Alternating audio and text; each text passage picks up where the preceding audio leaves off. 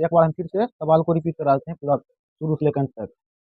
शुरू से लेकर अंत तक हम दोबारा से रिपीट कर दे रहे हैं, समझो बढ़िया से। हम क्या बताए हैं कि 0 1 2 3 4 5 6 7 8 9 तक की कुल संख्या होता है, ठीक।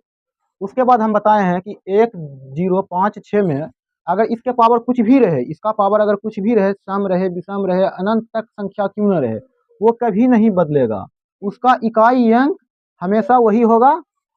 उसके बाद बताए हैं कि 9 के पावर यदि सम संख्या रहे, 9 के पावर यदि सम संख्या रहे तो उसका इकाई अंक हमेशा 1 होगा।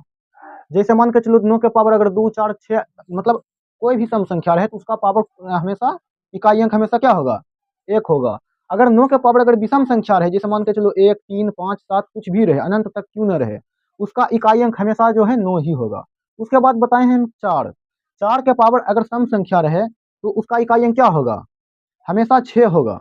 और 4 के पावर अगर विषम संख्या रहे तो उसका इकाई अंक हमेशा 4 ही होगा। अब इतना संख्या सब बता दिए हैं, ये सब कंप्लीट हो गया। अब बचा है कौन कौन, 2 3 7 8।